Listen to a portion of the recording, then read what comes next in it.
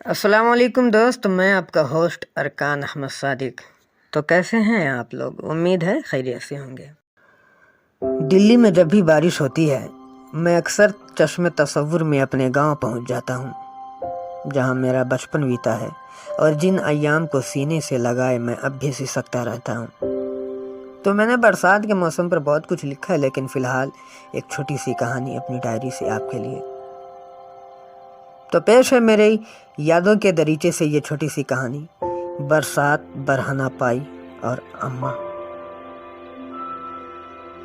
बरसात का दिन था, झरझर बारिश बरसे जाती थी। मुझे स्कूल जाना था। जूता चौकी के पास नहीं था, देखा तो बहन पहनी हुई थी। मेरा गुस्सा तो जैसे 7वें आसमान को पहुंच गया।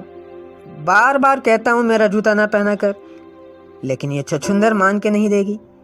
ठीक है पहनो, अब मुझे नहीं चाहिए जूते, मैं ऐसे ही जा रहा हूँ स्कूल। ये कहते हुए पांव पटकते मैं बस्ता उठाया और नंगे पांव ही स्कूल के लिए निकल खड़ा हुआ। रोता जाता था और आस्तीन में आंसू पोंछता जाता था। अभी आधा रास्ता भी तय न किया था कि देखता हूँ अम्मी पीछे पीछे दौड़ी चली आ रही हैं। मैं कदम और तेज कर देता हूँ, लेकिन अम्मी मुझे पकड़ ही लेती हैं। उनके एक हाथ में जूते और दूसरे हाथ में छतरी है। अरे बेटा, ऐसे कैसे जाएगा? पाँव में कुछ चुभ जाएगा तो? ले बेटा, पहन ले मेरा लाडो, पहन ले मेरी जान, मैं भीग रही हूँ।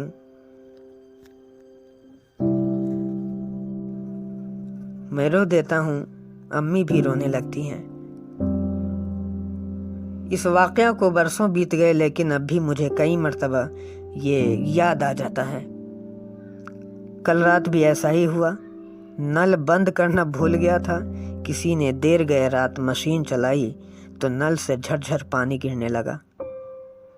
मुझे महसूस हुआ मैं उन्हीं बचपन के दिनों में खोया हुआ हूँ। बारिश हो रही है, अम्मा पीछे पीछे आ रही हैं और मैं भागा चला जाता हूँ।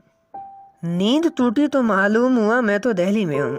फिर नींद कहाँ आती, पूरी रात यूं ही करवट बदलते बेचैनी में गुजरी।